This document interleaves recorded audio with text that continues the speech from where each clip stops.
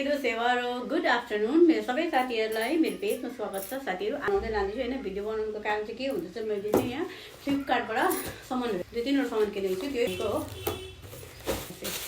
सानो चिजहरु है, कति जरुरत पर्छ है लेडिजहरुलाई किचनमा काम गर्ने। अन्त यसको यो दुईटा रहेको छ। अन्त अझै एउटा यो चाहिँ हो। फेरि आज एउटा मैले बाथरुम युजको लागि किनेको छु हैन। साबुनदानी भनौँ न है, ह्याङ गर्ने साबुन राख्ने। यो पनि आजकल त खालि पेस्टिङवाला निक्लेको छ क्या ए हो। काटी ठोकिरहनु परेन हैन। काटी मलाई पुरा मन परेको चाहिँ यो हो नि। यस्तो गऱ्यो यो टक्क के अरे यहाँ पेस्ट गरेँ, सेटल दिन्छ यो बाई वन गेट वान होला सायद, त्यति साह्रो थाहा छैन। अर्को चाहिँ के हुन्छ, यहाँ मैले फ्रेम मगाएको छु व्हाइट कलरको। ब्ल्याक कलरको मैले पहिल्यै मगाएको थिएँ हो।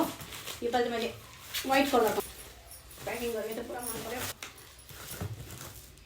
कस्तो मजाको प्याकिङ गरेर चाहिँ हो, कस्तो मजाको प्याकिङ गरेँ। अब यसो यसो ढल्काएर यो हो। अब यसलाई म कति छ है। मैले पहिला चाहिँ ब्ल्याक कलरको मगाएको थिएँ कि ब्ल्याक कलर त ठिकठाकै लाग्यो है। त्यसमा मैले 4 पिस मात्रै छ, तर मैले यो चाहिँ 6 पिस 6वटा छ हो। 6वटा छ, राम्रो छ हो। पठाउँदा त प्याकिङ गरेको यस्तो छ होइन। यतामा 6 पिस मगाएको 2 हो। यसमा मैले सुपर कोइन युज गरेर चाहिँ यो कतिको भने नि यो 500 समथिङ कतिको, अलिकति बेसी हो, 20-30 रुपियाँ बेसी। 520-25 कतिको 6 पिसको। ब्ल्याक कलरको चाहिँ मैले 4 पिस मगाएको थिएँ।